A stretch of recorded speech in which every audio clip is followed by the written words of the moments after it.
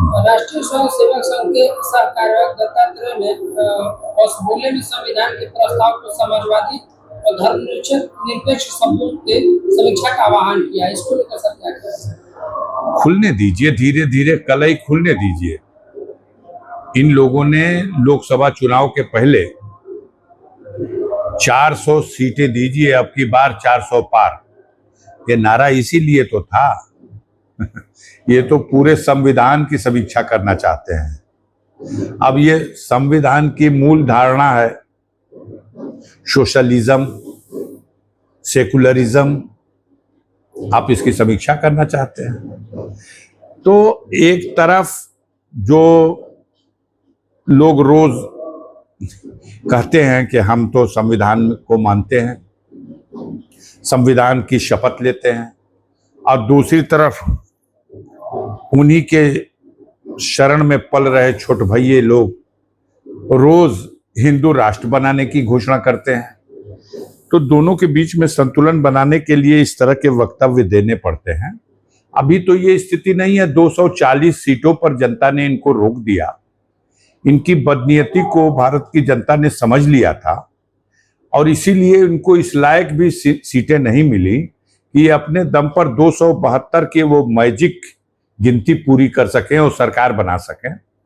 तो ये तो निर्भर हो गए चंद्रबाबू नायडू के पार्टी के समर्थन पर, नीतीश कुमार जी के पार्टी के समर्थन पर, अन्य छोटे दलों के। तो ये अपने उन लोगों को जिनको ये भड़का करके भड़काऊ बयान दिलवाते हैं, उनको तसल्ली देने के लिए कि घबराओ लोग मत, हम लोग जो बयान दे रहे हैं कि संविधान तो मानते हैं लेकिन हम लोग समीक्षा कर रहे हैं। न वो समीक्षा करने की स्थिति में है, न वो समीक्षा कर सकते हैं। इस संविधान की मूल धारा है, देश में लोकतंत्र की व्यवस्था है, संविधान सर्वोपरि है, और देश की न्यायपालिका इनको लाइन के बाहर जाके मनमानी करने की इजाजत नहीं देगी। सांसद जी, महाराष्ट्र सरकार ने स्कूलों में कक्षा 1 में हिंदी पढ़ाने की सरकारी प्रस्तावना को वापस ले लिया है, इसको लेकर सरकार? देखिए, अब एक जहां तक ये बात है कि ये भारत बहुत बड़ा देश है। जब हम गुलाम थे तो टुकड़ों टुकड़ों में बटे थे, 700 से भी ज्यादा रियासतें थी। जब अंग्रेज गया तब उसके बाद उस दौर में जो देश के रहनुमा थे, जवाहरलाल नेहरू जी या सरदार वल्लभ भाई पटेल जी, अब्दुल कलाम आजाद साहब, तमाम जो देश के बड़े नेता थे, इन लोगों के प्रयास से वो सारी छोटी छोटी रियासतें एकजुट हुई और एक अखंड भारत अस्तित्व में आया। अब इतना बड़ा भारत है, अलग अलग बोली है, अलग अलग भाषा है, अलग अलग रंग है, अलग अलग विचार है, अलग अलग खान और पान है पहनने का, अलग अलग जलवायु का, तमाम तरह का वो है। महाराष्ट्र में हो सकता है मराठी को पहली प्राथमिकता दे रहे हों, हमारे देश में हिंदी राष्ट्रभाषा है, तो इसको पहली प्राथमिकता मिलनी चाहिए। लेकिन आप महाराष्ट्र की बात कर रहे हैं, हमने जाके देखा है आसाम में, नागालैंड में, मिजोरम में, तमाम सिक्किम में, गोवा में, जो तटवर्ती राज्य हैं या जो सीमाओं पर बसे हुए राज्य हैं, जिन्हें हमने तमाम तरह की सुविधाएं और प्रलोभन देके भारत के साथ जोड़ा है, 370 का लाभ दिया है, वहां अलग अलग लोग भाषा, जम्मू कश्मीर भी है उसी में, बंगाल भी है उसी में। तो अब उसके बारे में पूरी जानकारी है नहीं। हिंदी राष्ट्रभाषा है तो सारे राष्ट्र में उसके महत्व को कम नहीं किया जाना चाहिए, और जिस प्रांत की जो स्थानीय भाषा है उसका भी महत्व उसी तरह से होना चाहिए। सर, संविधान हत्या दिवस कांग्रेस द्वारा लगाए गए आपातकाल के काले अध्याय की 50वीं वर्षीय कार्यक्रम भाजपा आयोजित कर रही है, सर इसको लेकर क्या कहेंगे? देखिए, कई दिन हमने आप लोगों के समाचार में पढ़ा कि जब ये इमरजेंसी लगाई गई थी तो इस देश में सबसे ज्यादा इस इमरजेंसी का विरोध समाजवादियों ने ही किया था। जेल गए लोग, ये तो दुनिया जानती है कि आरएसएस से जुड़े हुए लोग तो इमरजेंसी के समर्थन में खड़े थे। अब इसी बहाने कांग्रेस के ऊपर एक हमला करने का प्रयास है। हमारा अपना मानना है कि भारत में लोकतंत्र और भारत का संविधान, इसमें किसी तरह का कोई भी छेड़छाड़ करे वो भारत की जनता को स्वीकार नहीं है, मुझे भी स्वीकार नहीं। अब ये भी देखना चाहिए कि भारतीय जनता पार्टी के लोग उस इमरजेंसी के मामले में तो आज मना रहे हैं, ये कोई दिवस मनाए या सप्ताह मनाए, लेकिन अब पता नहीं इसमें कौन लोग हैं जो उन दिनों इमरजेंसी का प्रकोप झेले हैं। ये आपके बगल में बैठे हुए हैं मंसूर अंसारी साहब, इनके हमारे सगे चचाजाद भाई हैं।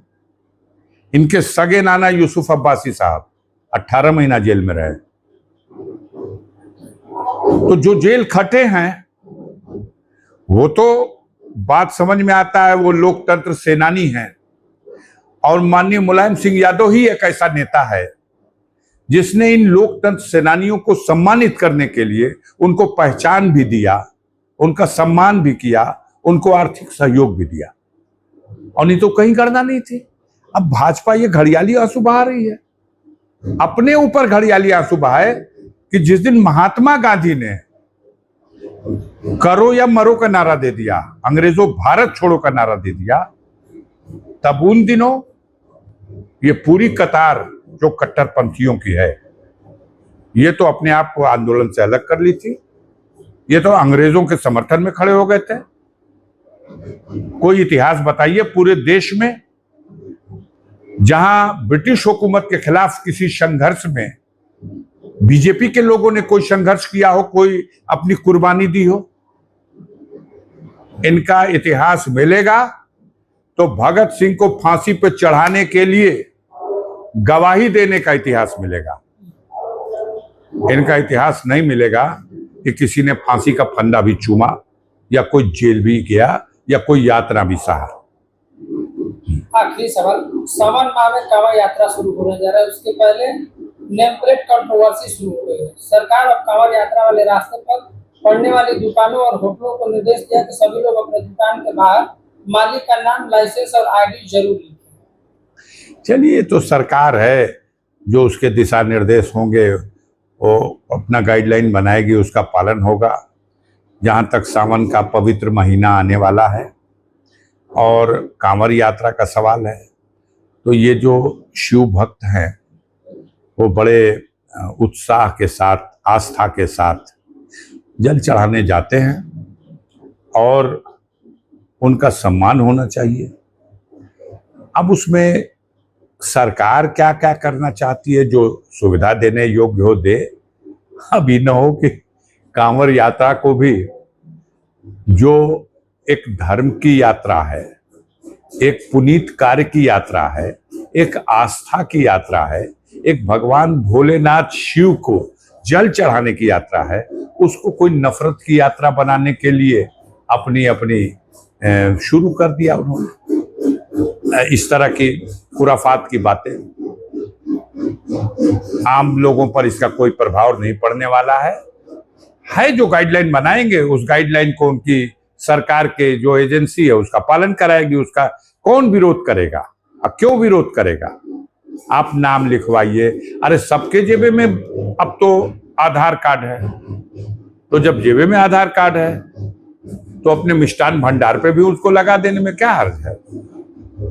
हम तो कहेंगे कि नाम लिखने को कह रहे हैं, पूरा आधार कार्ड लगा देना चाहिए फोटो के साथ, ये मेरा आधार कार्ड है। उसकी बड़ी कॉपी, आजकल तो ये फ्लैक्स वाले जो बैनर चले हैं, हम समझते हैं 100-200 रुपए में पूरे दुकान के बराबर कई मीटर का बैनर बन जाएगा, उसी पे आधार कार्ड ही छपवा देना चाहिए। इसमें कोई दिक्कत की बात तो नहीं समझ में आती।